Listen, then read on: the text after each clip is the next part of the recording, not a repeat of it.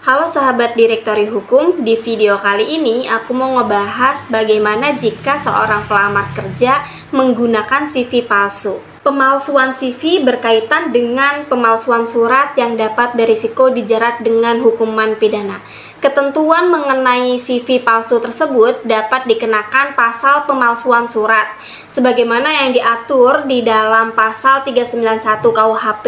yang menyebutkan bahwa setiap orang yang membuat secara tidak benar atau memalsukan surat yang dapat menimbulkan suatu hak, perikatan atau pembebasan utang atau yang diperuntukkan sebagai bukti dari suatu hal dengan maksud untuk menggunakan atau meminta orang lain menggunakan seolah-olah isinya benar dan tidak palsu, jika penggunaan surat tersebut dapat menimbulkan kerugian, dipidana karena pemalsuan surat dengan pidana penjara paling lama 6 tahun atau pidana denda paling banyak kategori 6. Dengan demikian, dapat dikatakan bahwa hukum menggunakan CV palsu dapat diancam pidana pemalsuan surat sebagaimana yang sudah disebutkan. Karena pelamar kerja telah membuat surat palsu berupa CV palsu untuk melamar kerja. Tetapi terkadang para recruiter tidak menyadari penggunaan CV palsu tersebut sehingga meloloskan kandidat yang menggunakan CV palsu. Selain itu, tindakan pemalsuan CV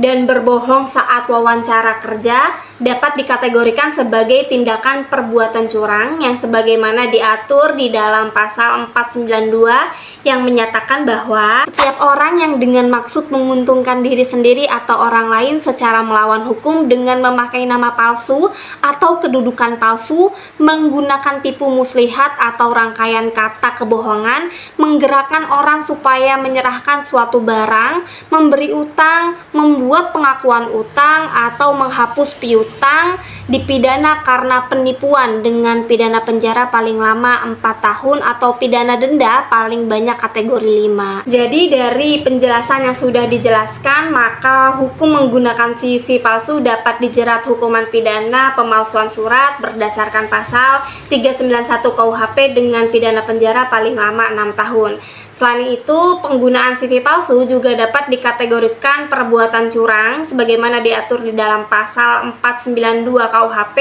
yang diancam karena penipuan dengan pidana penjara paling lama 4 tahun.